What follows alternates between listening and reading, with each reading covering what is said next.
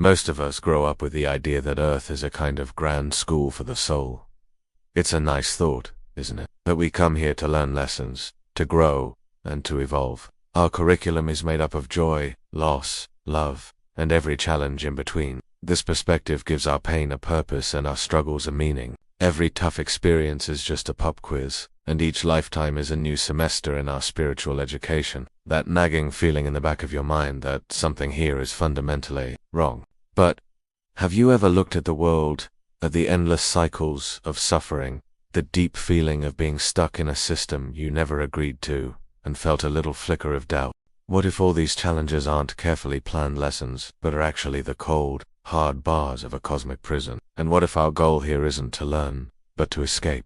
This isn't just some late-night philosophical debate. This question cuts right to the heart of what it means to be human. Are we students, signed up for a tough but rewarding course? Or are we inmates, serving a sentence we can't remember, in a prison designed to keep us from knowing who we really are? Today, we're exploring both sides of this cosmic mystery.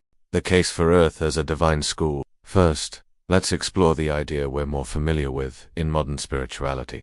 Earth as a school. The idea here is that our planet is a perfectly designed training ground for souls. We, as eternal spiritual beings, supposedly choose to come here because Earth offers a powerful environment for growth. Every life has a plan, and every soul gets a curriculum built just for its own needs.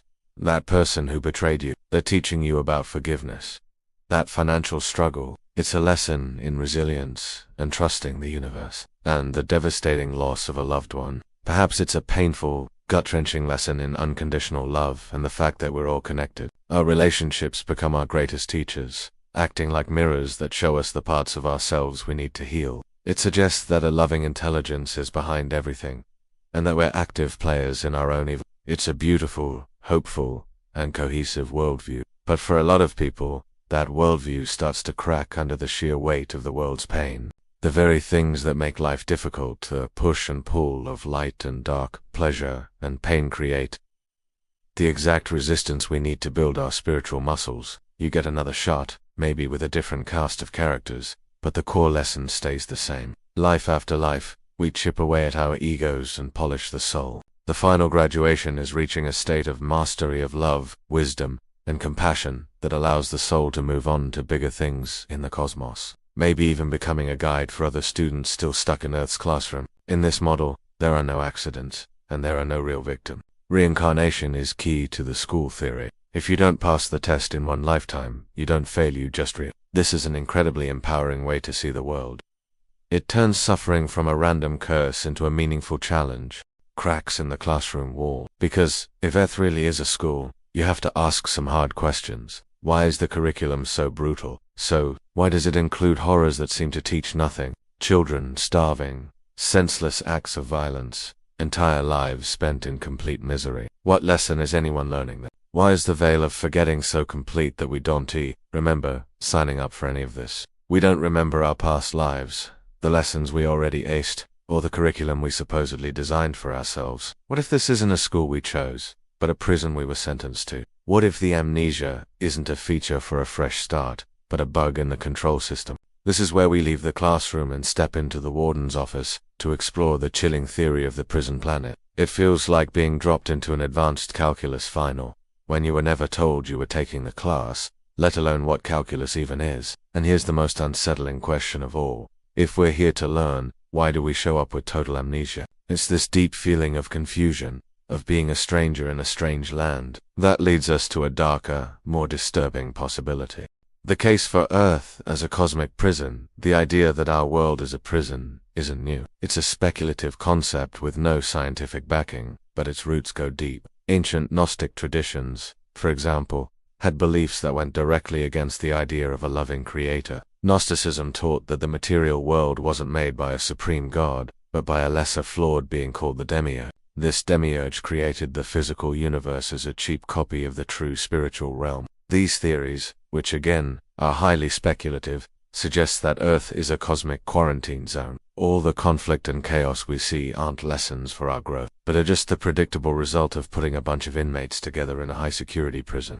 In the school model, forgetting is a fresh start. In the prison model, it's the main form of control. Now, Some fascinating research, like the work done at the University of Virginia's Division of Perceptual Studies, has looked into cases of children who report memories of past lives. But it's vital to state that reincarnation is not a proven fact and is not accepted by mainstream science. To be clear, this is a fringe idea, not supported by mainstream research. But believers in this soul trap hypothesis say that light isn't a tunnel to heaven, but a law. Specifically, a type of emotional energy that some esoteric writers, like Robert Monroe, called loosh. The wild idea here is that certain non-physical beings, the archons from the old stories or other interdimensional entities, feed on the energy created by strong human emotions, especially negative ones like fear, pain, anger, and despair. From this point of view, Earth isn't a school for souls, it's an energy farm. War, division, anxiety, drama, love it, creates a powerful food source for the cosmic wardens. Humanity is kept in a state of controlled chaos, not to teach us a lesson, but to maximize the harvest. A beautiful, deceptive trick to pull your soul in, wipe its memory clean, and throw it right back into another body on Earth to suffer all over again. Our memories erased each time, forced to reincarnate over and over to be used as a battery for unseen parasites. The system is designed to keep us ignorant, scared, and fighting with each other, because a conscious, unified, and fearless humanity would stop producing their food and start looking for the exit. The prison planet theory takes this idea and gives it a dark twist, suggesting the cycle of rebirth isn't about learning, but about being forcibly recycled. By wiping our memories every time we reincarnate, the system makes sure we never remember who we are, where we came from, or that we're even locked up. We're born into the prison, we live by its rules, and we die by its rules, never questioning the walls because we don't know anything exists beyond them. In the Gnostic view, humans are special because we each carry a divine spark, a piece of the real God, that's trapped inside the prison of a physical body, and guarding this prison are the archons, a Greek word for rulers. In Gnostic texts, the archons are the demiurge's henchmen, cosmic jailers whose job is to keep humanity's divine spark trapped and ignorant of its true power. The entire system, from the laws of physics to the cycles of fate, was seen as a giant control mechanism. This ancient idea sounds a lot like modern prison planet theories. The veil of amnesia is central to this theory. This leads to the most disturbing part of the prison theory, the reincarnation trap. A fringe belief inside this theory focuses on the white light people report in near-death experiences. But why? What's the motive for a system this cruel? The theory gives a chilling answer: energy. So the prison theory paints a grim picture. We are powerful, divine beings who have been tricked and trapped in a material world.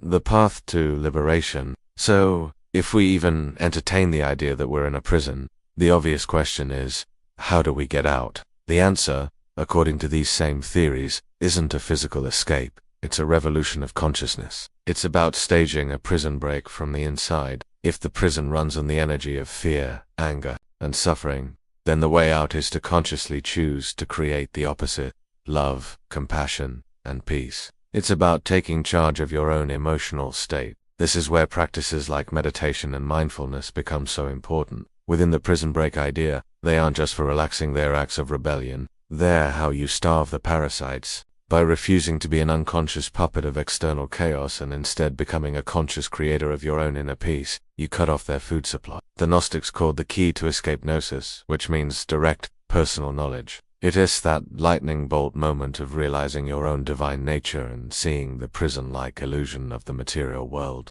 Gnosis isn't something you learn in a book. It's an awakening from within. In Estamama, the prisoner finally realizes they are in a prison and starts to remember what the world was like outside the walls. You're no longer a compliant battery on the farm.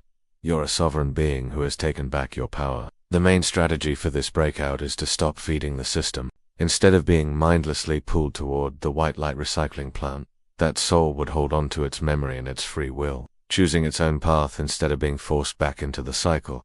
This is, of course, a highly speculative idea. When you operate from a place of love and awareness, you become, in the language of this theory, energetically in. This path all leads to the moment of death. According to the soul trap theory, an awakened soul would be able to navigate the afterlife with full awareness. But the core message is still one of empowerment. Whether you believe in archons or not, the point is that the key to breaking free from any system of control is mastering yourself. The escape route isn't out there. It's inside you. It's the moment-to-moment choice to live from the best parts of yourself, no matter what chaos is happening around you. A third possibility. So we've looked at two very different stories. One is a loving school made for our growth. The other is a cruel prison made for our enslavement. But what if the truth isn't a simple either? Or what if reality is a mix of both? Forgiveness becomes the tool that breaks the chains of resentment that tie us down. Compassion becomes the force that melts the walls between the inmates. And courage is what lets us finally face the wardens, both the ones outside and the ones inside our own minds. Consider this. Maybe Earth is a prison, or at least a place with real limitations.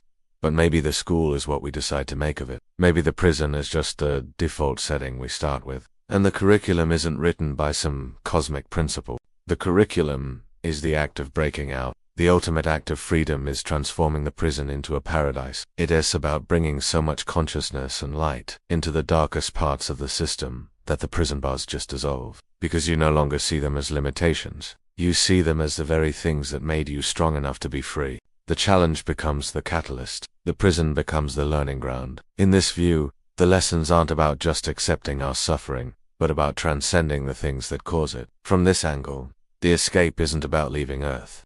In the end, we're left standing between two doors. Behind one is the classroom, behind the other is the prison cell. The proof for either side isn't carved in stone. It's found in personal experience and belief. No one can give you the final answer. Because whether you see your struggles as lessons from a divine teacher or the bars of a cosmic prison you need to break, the path forward is pretty much the same. Expand your awareness. Reclaim your power. Choose love over fear. Live with intention. Is Earth a school, a prison, or something else entirely? Let me know in the comment. I try to read as many as I can, and our conversation down there is just as important as this one. But maybe the real truth is less about which story is objectively real, and more about which one empowers you to live a better, more meaningful life. What you believe shapes the reality you experience, so the choice, as always, is yours. But I really want to know what you think. After hearing both sides, what makes more sense to you? And if you like wrestling with these kinds of big questions, make sure to subscribe and hit that notification bell. We are just getting started.